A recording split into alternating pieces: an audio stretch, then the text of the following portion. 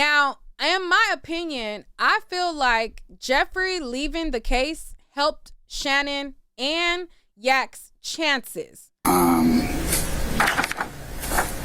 just want to get the leaders in it. I don't care who's coming. That you see the shadow in the back of the room. He's the one directing traffic. He is the one they're all afraid of. He's the one that's king slime. He's pulling the shots. He is the most dangerous of the 28, Judge. And I implore you not to grant him a bond. He is dangerous. The setup they've given to you is actually going to be less control, not more. If he gets a burner, Judge, and the court may know this, a lot of the communications that Mr. Williams is on FaceTime because it's not traceable, it's not trackable. And we know that to be their MO. He gets a burner, he gets in there, he runs his gang from inside.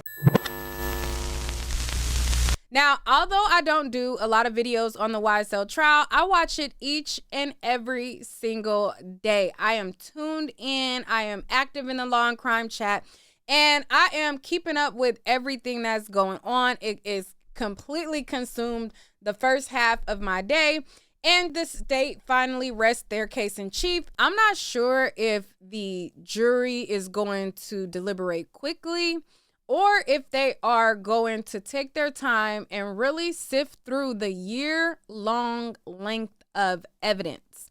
Now, this case has been going on for a year, like just a little shy of a year. Now, they started opening statements in November of last year, and they're closing their case in chief in November of this year.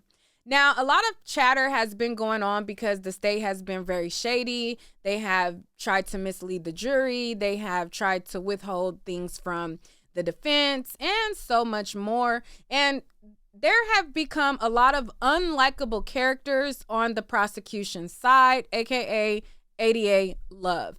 She is like, watching her and listening to her talk is like listening to nails scrape on a chalkboard. It is just like, make it stop. And her antics of always objecting, her antics of always trying to delay the defense when they're up for cross-examination. It has been like a screeching sound. Since she has been benched seemingly from the case, things have been moving at a much swifter rate, and we finally got the end of the case of it being resting for the state and the defense. Now, there's been a lot of conversation as to like if it's going to be guilty for Shannon, if it's going to be not guilty for Shannon, if it's going to be guilty for Yak or not guilty for Yak.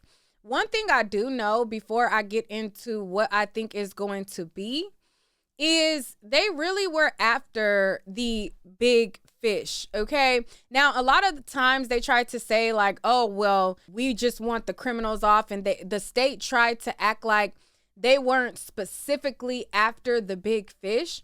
And I want to say if it was yesterday or the day before, an old video from a year ago had came across my news feed where the attorney before ADA Love and before Hilton was speaking on behalf of the prosecution, there was another woman and another man arguing the arguments, and she flat out said, we don't care, we just want the leaders.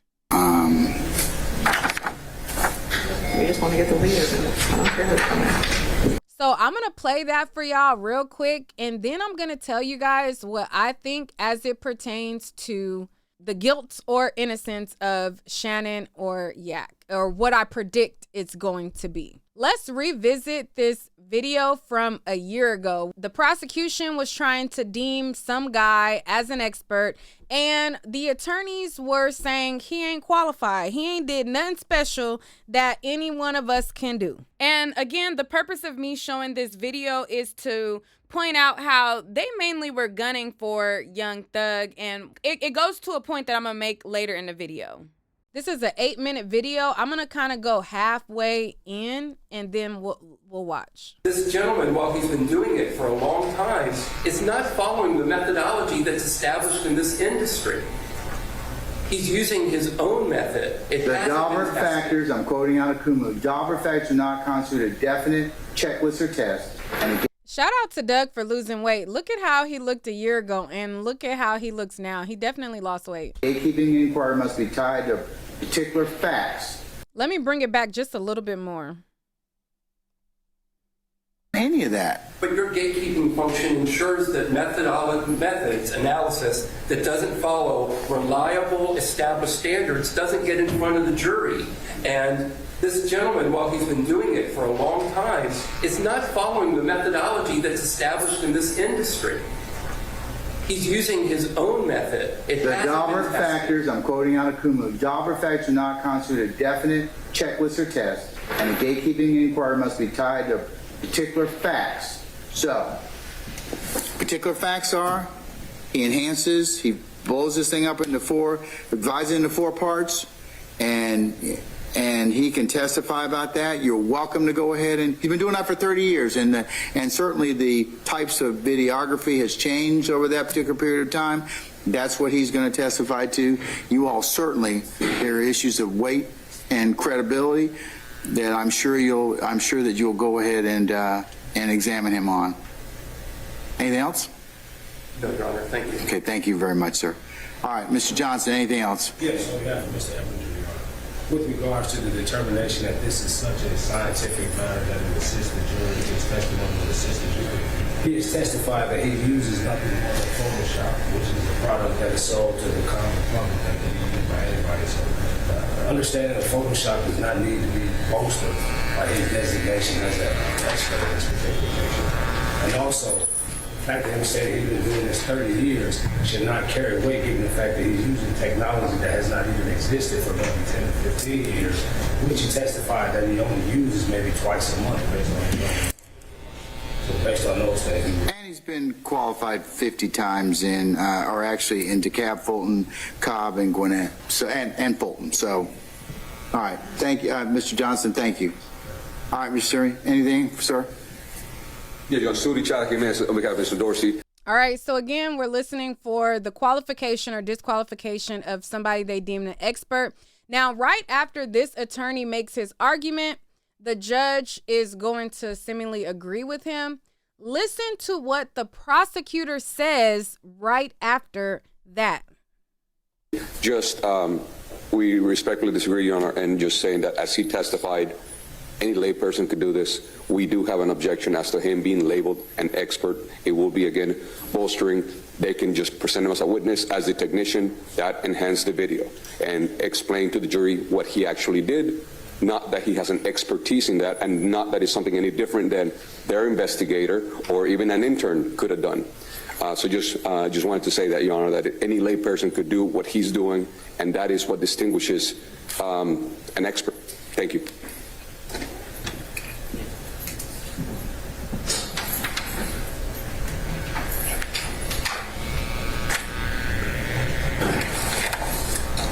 Ms. Rosenwasser, one more thing. What about the issue of somebody? I mean, Photoshop he used Photoshop in this particular case, didn't he? Your Honor, could I ask him? Mr. Pineda, did you use what program or did you use to enhance the video in this case? Photoshop. Photoshop. He did. All right. So what's to say that, as Mr. Suri mentioned already, about anybody else being able to use Photoshop? Your Honor, my understanding from... I don't need to designate him as an expert for him to testify. Absolutely. When we went to qualify, and we wanted to do this out of essentially an abundance of caution to ensure that maybe the jury would want to know how that these were enhanced, and we thought that he would be able to explain that based on his years of testimony and experience. So my understanding is that based on his experience, my understanding to the answer to the question where he mentioned that anyone could do this, it was not only that anyone could use Photoshop, but anyone who knows how to use Photoshop and learns over a period of years how to enhance better on it. But should the court wish to find he is only admissible as a lay witness, we'll put in the videos through him as a lay witness. That's fine too. We just want to get the videos in. I don't care who's coming. All right, do you see what she says? And mind you, you see Jeffrey up to the corner, Shannon Stillwell up to the back. Watch what she says. She says, we don't care if they're coming in. We just want to get the leaders. Listen to what she says. Enhance better on it, but should the court wish to find he is only admissible as a lay witness, we'll put in the videos through him as a lay witness. That's fine too. We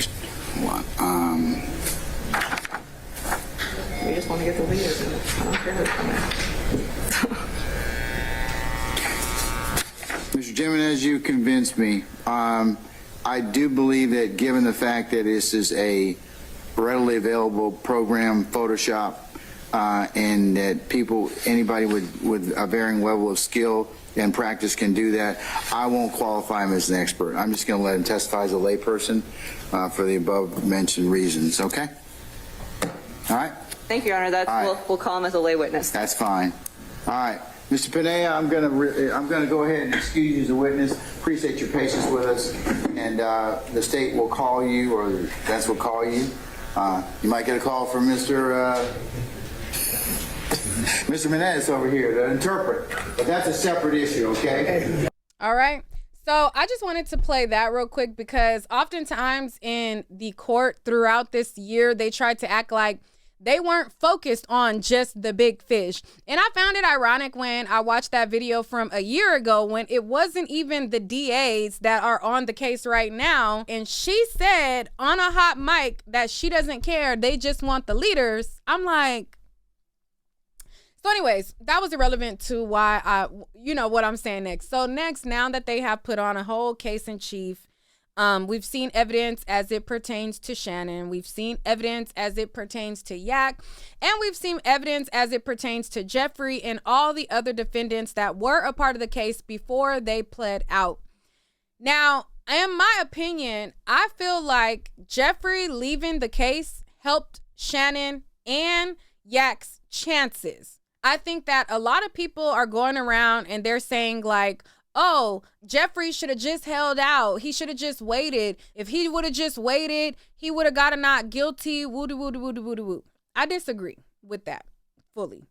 If Jeffrey was still on the case, they would still be hard on press to prove their case. They shortened a lot of their case in chief because once Jeffrey got off the case, the juror showed that he was not interested to be on the case any longer. He was there probably because that's a big deal to be on the case with a celebrity and things like that. Immediately when Jeffrey was off the case, then the juror was like, wait a minute, I don't even want to be on here no more. And y'all about to keep on dragging this on and on and on.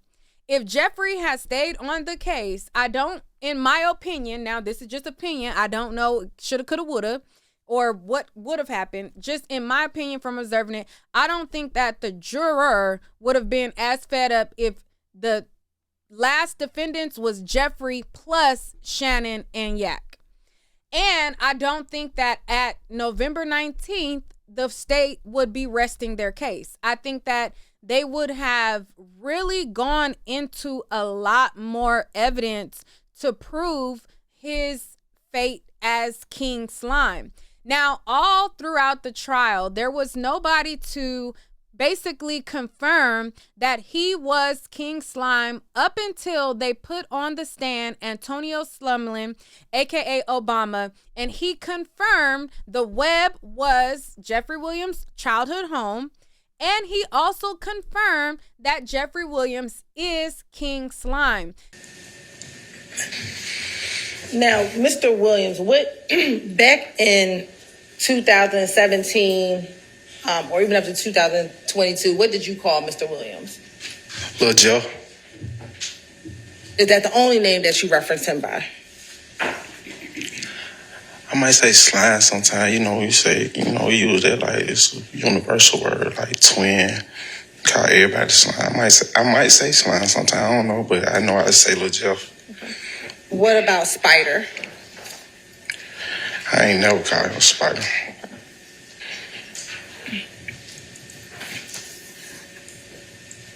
How long have you known Mr. Williams?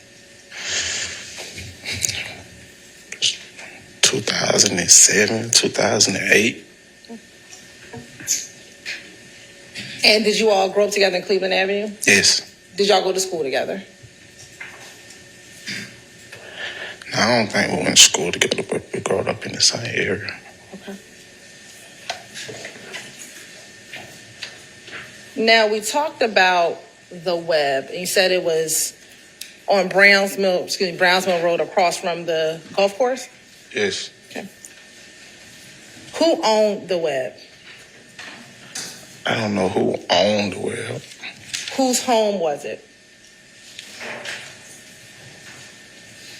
What you mean, like who? Whose childhood home was it? Mr. William grew up in that house. In 2021, did you spend time at that location? Yes. Who acquired it for you in 2021?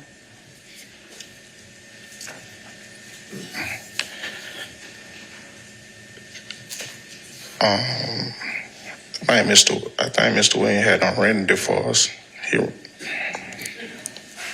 And would people sell drugs outside of the web? Sell drugs at the web? I mean, I sold drugs, but I don't know. Like, I don't know if nobody was selling drugs. Like, I can't say nobody was just selling drugs outside the web. Like, I wasn't even selling drugs at the web. Like, I go to the store, but like, he got that house for people who didn't have nowhere to go lay their heads, and like, you get what I'm saying? Like, if you get into it with your girl, you got somewhere to go. You want to have some extra company, you got somewhere to go. Did he also provide the web so that you would stop selling drugs at the gas station? From my understanding, he secured the spot so we can have somewhere safe to be, because they kept shooting up our store. Who kept shooting up the store? I mean, I don't know. Now, on that call, Mr. Eppinger reached out to you to get permission to stab Lucci? I mean, yeah, he called me. Yes, he called me. Do you know why he would have to call to get permission to stab Lucci? I mean, that's another conversation I left where it was. I never took the next step to reach out to nobody to try to hurt nobody. I was just idle conversation. I was just talking to be talking. I didn't. When he was asking for permission, who did he want you to reach out to? I don't know. I said I put something in the. I know. I just replied like I put something in a couple people's ears. So. Who were the couple people's ears that you were going to put something into? Nobody. Okay.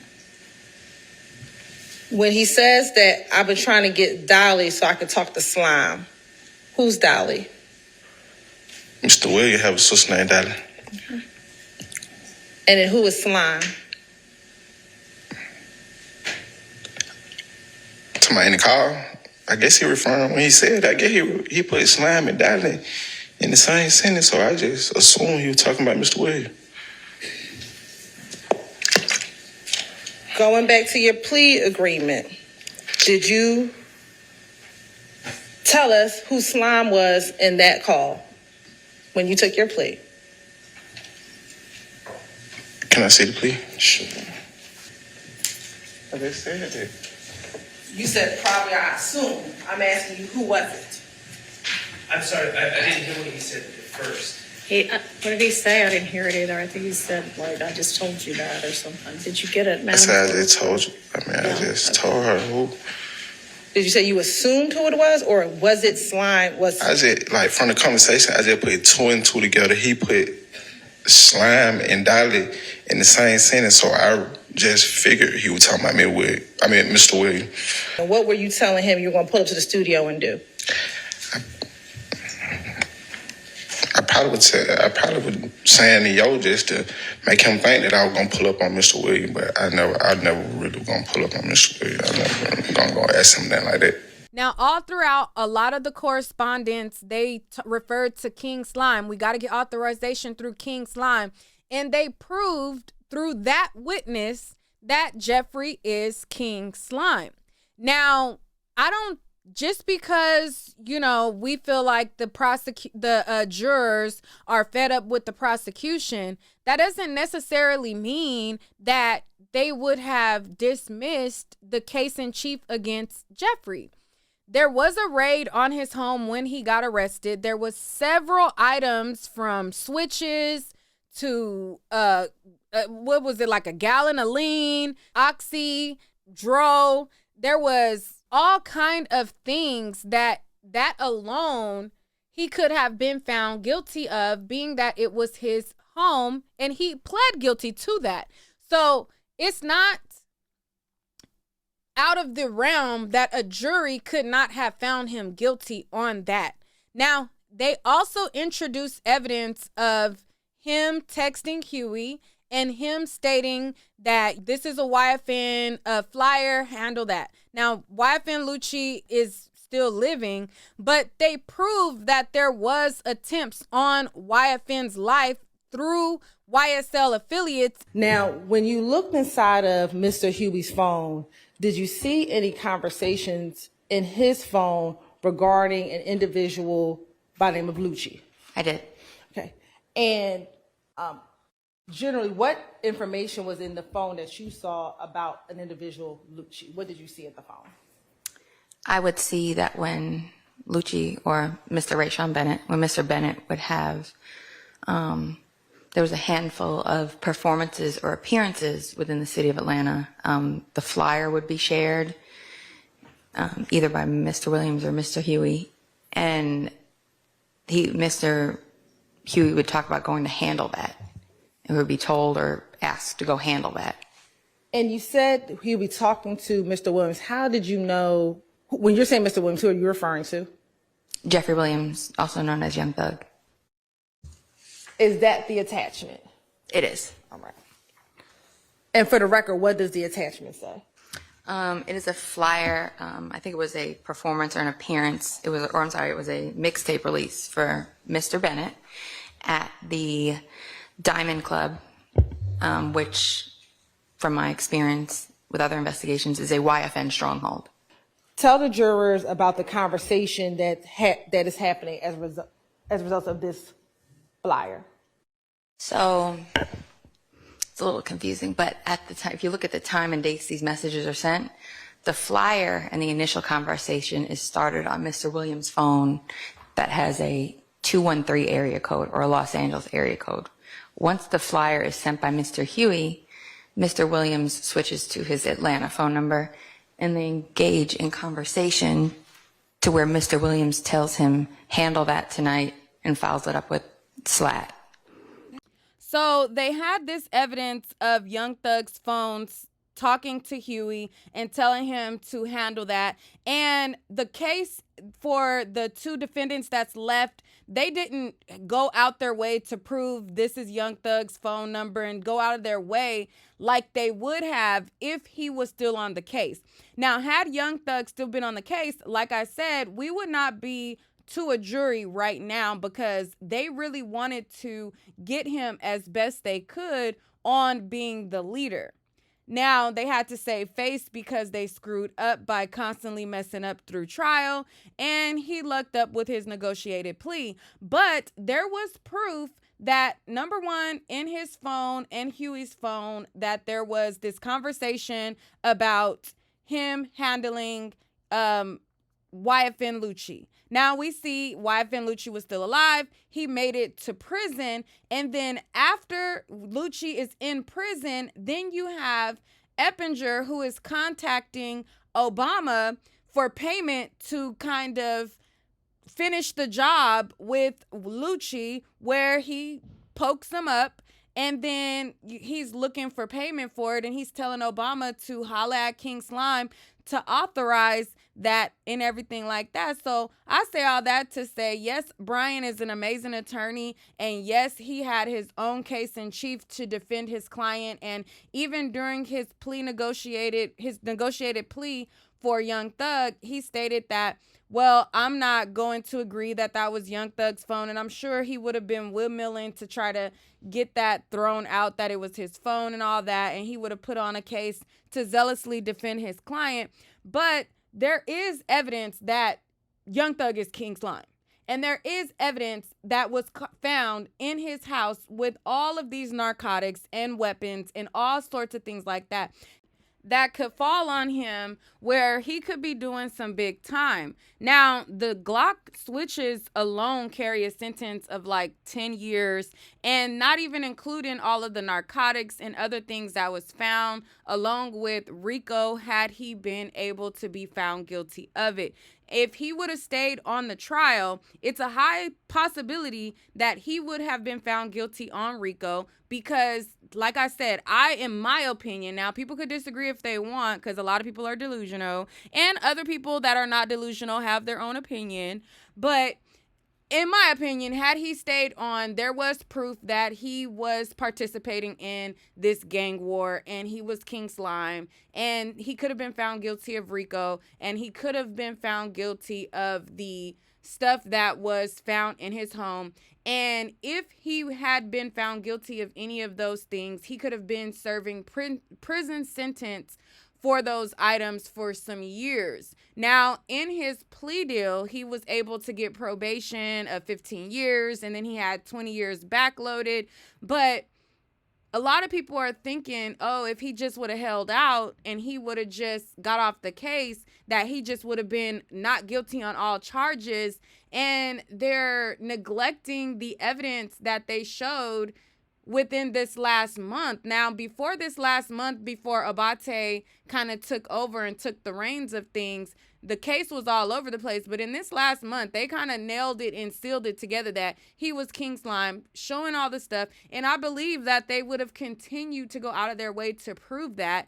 And so I think him knowing what he had up against him, that's the reason why he took that gamble of taking the plea and saying, you know what, I'm going to plead nolo contendere.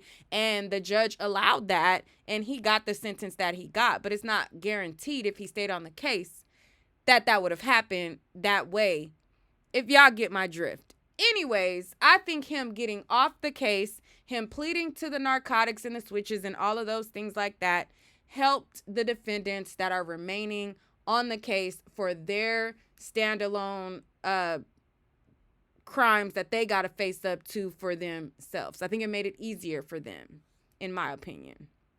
When the jury goes in, they could just simply be like, okay, well, Thug is not here. We're talking about these two. What are they guilty of? What has been proven for them? I feel like as it pertains to the two defendants left, there's a lot more reasonable doubt that has been raised for them than, to me, was for Young Thug. And it took them until after Young Thug was pled out and then they started showing all of the true evidence that they had against him to where I changed my mind about them having stuff on Young Thug. Because I used to be the main one saying they ain't got nothing on Young Thug. They ain't proved nothing on Young Thug. And then once he pled out, they start bringing that evidence out the woodwork, which I believe they were saving the best for last. I think the fact that the main focus that the state focused on, they focused on Thug so much that when he was off the case and they tried to continue to present the case, even though I understand that they're trying to present a RICO, a lot of the evidence that they were putting out looked irrelevant. It like, okay, this don't got nothing to do with Shannon. This don't got nothing to do with Yak. Why are we hearing about this? Why are we hearing about that? So when the juror complained and was like, man, the way y'all present this case, y'all about to drag it out, they had to kind of tighten up and drop a lot of stuff. And that helped the two left. And it made it appear that they were just throwing anything on the wall to see what stick. It made it look like, okay, they just throwing all of these wiretaps together. They just throwing all of this evidence that don't have nothing to do with them together to throw it together to make it stick. Now, even though they was doing that, they convinced me that it was a gang war, and they convinced me that YSL was on all the BS, okay? And I'm sure some of the jury know that they was on all the BS hood rat shit, okay, too. But what do you guys think as it pertains to Yak Gotti and Shannon Stillwell? Now, me personally, I don't think that just because we're fed up with the prosecution, that we see them being a particular type of way, that doesn't necessarily mean that the jury will automatically vote not guilty all around for every single count and every single defendant that's left, which is 2. Now, as it pertains to Yak Gotti, I'm predicting not guilty on all counts. I'm predicting not guilty on the RICO and not guilty on the unaliving, especially since Yak Gotti got shown some grace for the directed verdict. Now, the judge dropped 3 of the counts that was against him, and it was the stuff that was found at Jeffrey's home. They were trying to charge him with that as well, just because he was there that day. Let's play a clip of the directed verdict that Doug had presented in court, and then I'll be back. So we have a written motion for directed verdict on behalf of Mr. Kendrick. Is there a separate one for Mr. Stillwell or you? Okay.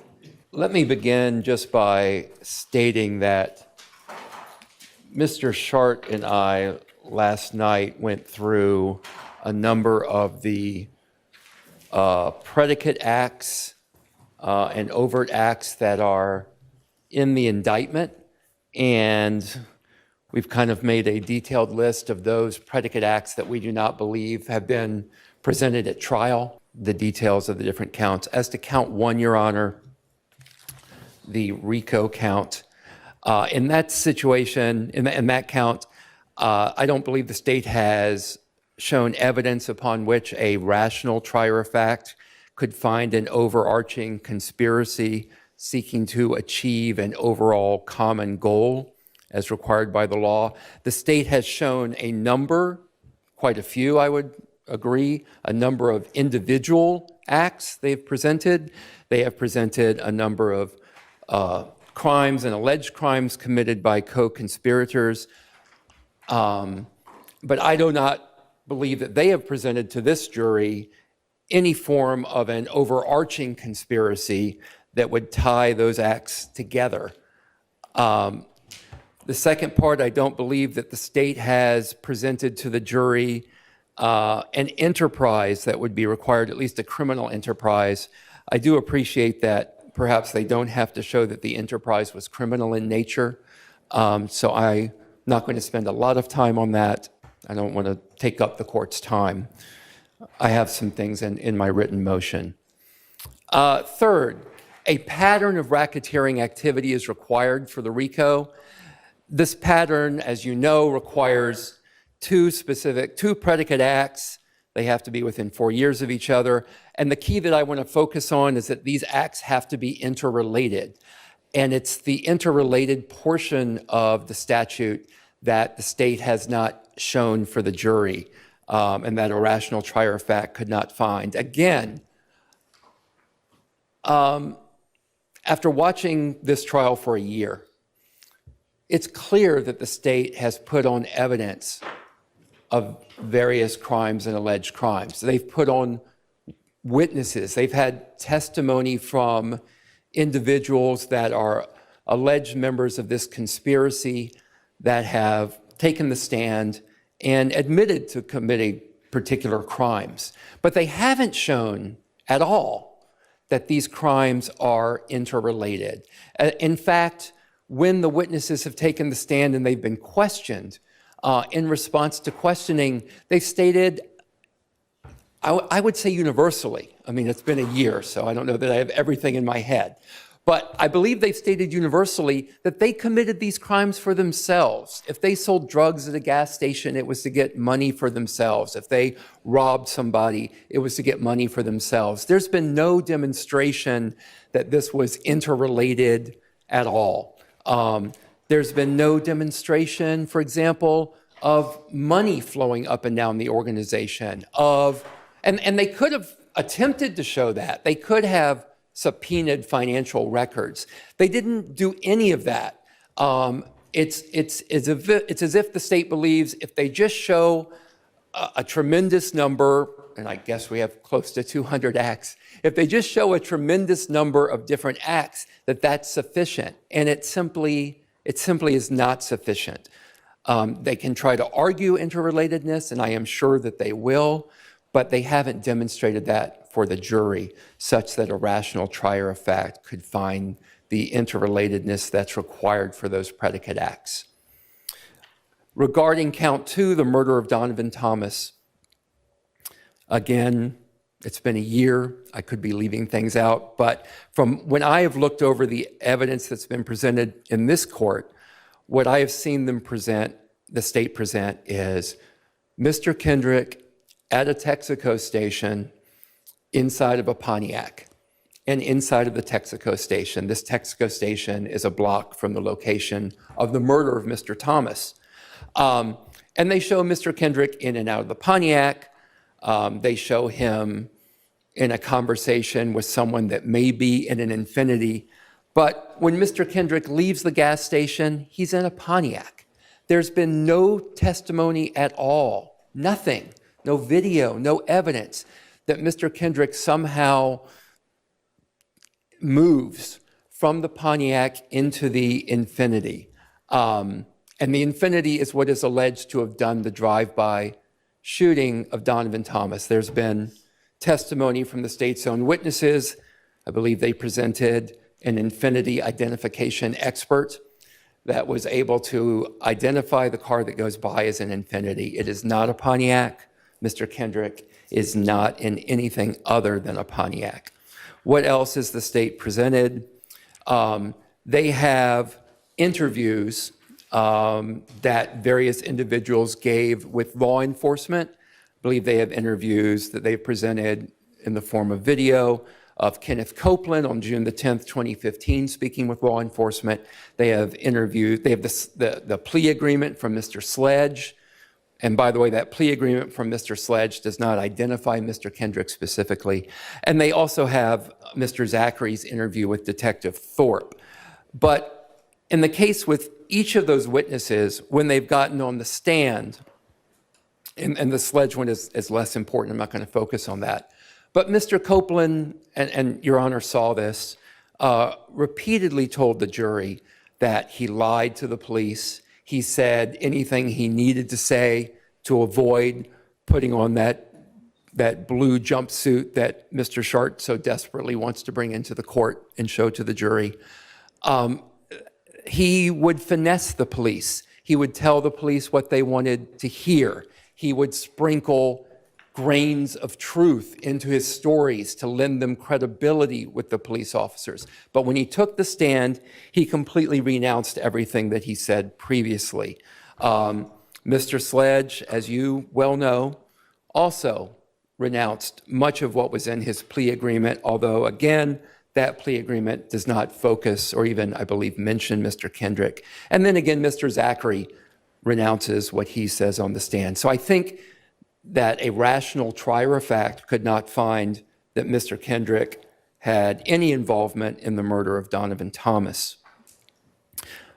Last, Your Honor, counts 57 through 63. All of those counts relate to the activity, the raid on Jeffrey Williams' house on May 9th, 2022. Each of those counts is either specifically gun or a gun count or a drug count, or they're predicated on a gun count or a drug count. There has been zero evidence of Mr. Kendrick in possession, in actual possession of those guns or drugs. First, with regard to the ruling on the motions for directed verdict. So both the state and the defense requested and have gotten a trial in this case before a jury. Is not before the court as a bench trial. So that means that this court is not the trier of fact. And the standard, as you all know, for a motion for directed verdict is not the beyond a reasonable doubt standard, that what the jury is going to be determining the facts on when the case is given to them. The standard at the stage of motion for directed verdict is that all of the evidence is to be viewed in the light that is most favorable to the prosecution. And doing it in that way, looking at it in that way, is there any evidence from which a rational trier of fact could find the essential elements of the crimes that are charged? So with regard to the motion for directed verdict on counts 1, 2, I'm trying to do these in order. Now, let me just do it this way. I am denying the motion for directed verdict on all counts except I am granting a motion for directed verdict as to count 59, count 60, and count 62. I do not believe that the elements of, that even viewing in the light most favorable to the prosecution, there's evidence upon which a rational trier of fact could find the essential elements of possession of those particular items. Let me say that with regard to counts 2 and 49, again, is not a beyond a reasonable doubt standard that the court is required to employ. All right, and if you're wondering which charges she just denied, as I stated, they were on behalf of Yak Gotti, and it was the stuff that was found at Young Thug's house, and those were 3 of these counts: 59, 60, and 62. Now, it was a good thing that these 3 got dropped. That meant he was one step closer to coming home. However, he still has some charges that are related to firearms in other charges of the indictment. Okay, so as you can see right here, there are 6 charges that are left. So X out the ones that she stated was going to be dismissed, and then look at all the rest that he is still up against.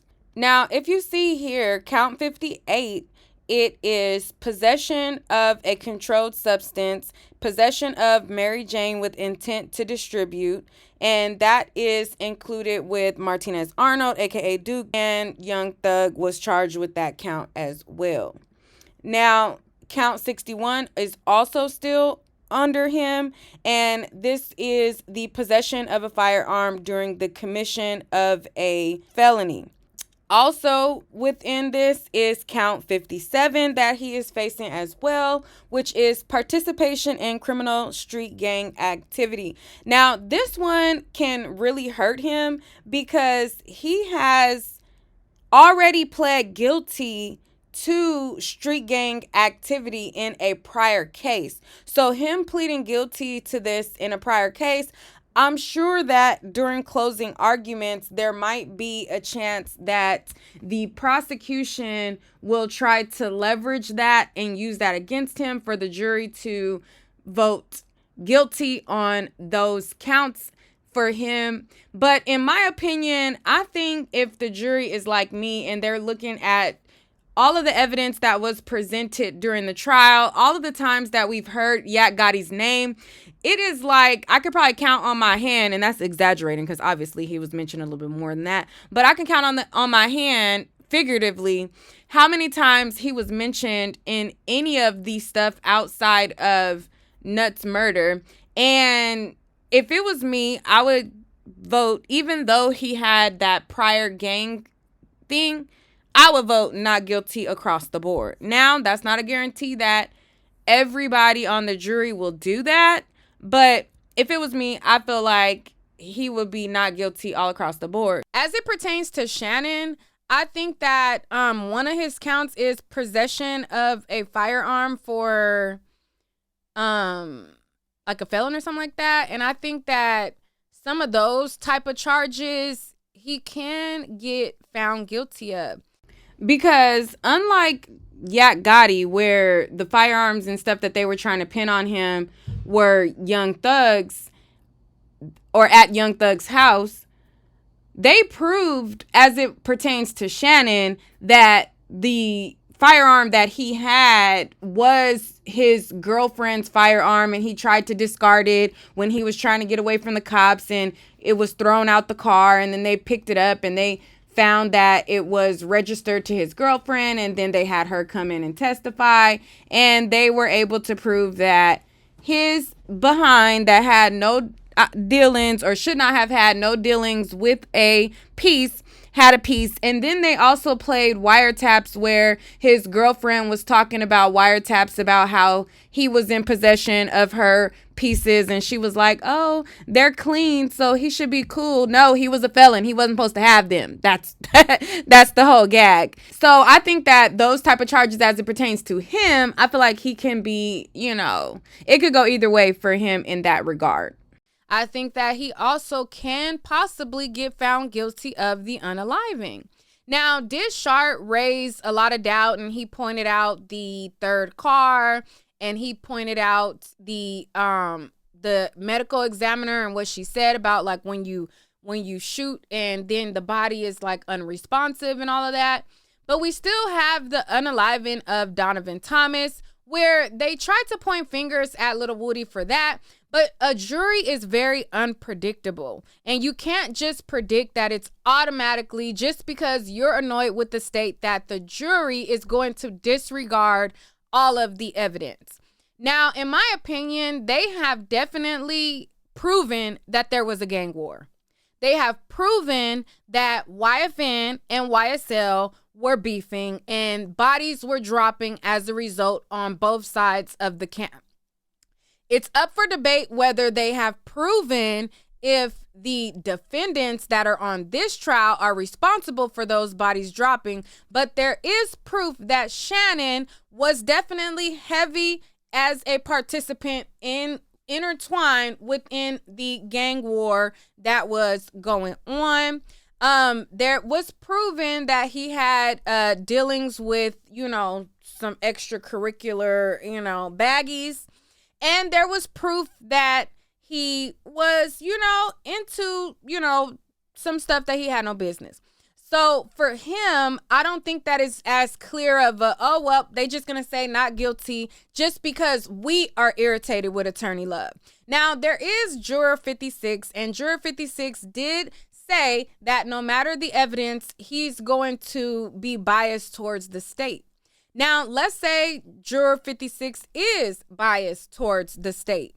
That doesn't mean that every single other juror is going to be biased of the state. And if he says not guilty and the other people say guilty, then that is going to only cause a mistrial, which then would mean that the state gets to tighten up their case and retry Shannon and Yak again. Now, I think it's going to be not guilty for Yak, but it's up in the air for Shannon. And for people who claim that it's just cookie cutter, shut and dry, oh no, he's not culpable, I think that people are doing mental gymnastics to try to make an innocent thing fit, okay? Now, again, there was doubt raised. There was fingers pointed. Was it Woody in threat? Was it this person? Was it the third car? Was it that car? But there's other evidence in between that can be considered for other things. And being a felon, according to Doug, if his client, which I believe that Shannon is also a felon as well, gets found guilty on any of the charges, they both, he specifically said for Yak, but I think it applies to both, according to Georgia law, must be tried to the max sentence of the offense. Right. But the jury does not know that my client is sentenced to the max if they come back with a guilty on any of these charges. All right, so that was a quick snippet from the Justice Served podcast. He often goes on there. Let me play a little clip of some of the conversation that they had a week ago. Now, we've gotten to the directed verdict and we already know what the results are, but this was last week, like 5 days ago, before they argued the directed verdict, and he was saying what his battle was against that and that his client would be charged with the max if he's found guilty on any of these charges. So let's peek in a little bit of Justice Served, but y'all definitely go check out their podcast. I love watching it. Their recaps are really good. So let's play a little bit of it. Try to come up to agreement, like you say, on a lot of the instructions. The battle is going to be over RICO. That will be a big battle. I'm leading it from the defense side. Really, Georgia's expert on Georgia RICO, John Floyd, will be mostly handling it, I think, for the state. He's highly regarded, and it will be challenging because he's pretty much regarded as the expert on RICO. My client has served time for gang activity back, I guess he spent 5 years in prison for that. But when he got out in 2020, all he did was focus on his music. I want a detailed verdict form that will give us a record that we're going to need on appeal. There's some law in Georgia. If there's a conviction. There's some law in Georgia that on RICO, if I don't have a detailed verdict form, I'm going to have problems on appeal. So at least on the RICO count, I'm going to need some level of detail there. And then I'm going to have to fight off whatever straitjacket Mr. Floyd is going to want to put on that verdict form that would theoretically make it almost impossible for the jury to come down in our favor. So I have just a huge task in front of me with kind of the legend of Georgia RICO working for the state. Yeah. But the jury, when the jury gets those charges, they can read all of them, but if they think that your client, it hasn't been proven against your case, now what worries me is you have so many possibilities. They may say, we've heard, even though they still tell anybody else that everyone else got probation, so we can find him guilty on something and let him go, not probation, but house arrest or whatever it is you want to call it, whatever it is they want to call it. Well, of course, my fear is, I guess, a similar fear to one that you guys have had, and I don't remember if I've discussed it with you, which is some type of compromise verdict, right? Where they come back with something that sounds minor, like gang activity, but is as a recidivist, someone who's been given a recidivist notice, the judge has no choice but to sentence to the maximum. Now, hopefully it wouldn't be 20 years in custody. Hopefully it would be, 20 years probation. Right. But the jury does not know that my client is sentenced to the max if they come back with a guilty on any of these charges. So there's a lot at stake here. It could go either way. It could go not guilty, not guilty. We fed up. You guys showed too much shady stuff. You guys are dirty. You guys have a incomplete investigation. We're going to dismiss what we did see as evidence just based on all of the crap that you guys tried to mislead us with. They could just say not guilty on both, and it could be a toss-up. So what do you predict will be the verdict for Yak Gotti, and what do you predict the verdict will be for Shannon Stillwell? I think even if they don't charge Shannon with the unalivened, I think that he it's a huge possibility that he could be found guilty for something. I think that it's a huge possibility that Yak Gotti is found not guilty on all charges, and that's what I'm kind of hoping for him. But what do you guys think it's going to be? Y'all let me know what y'all think it's going to be down below, and I'll see you guys on the next video.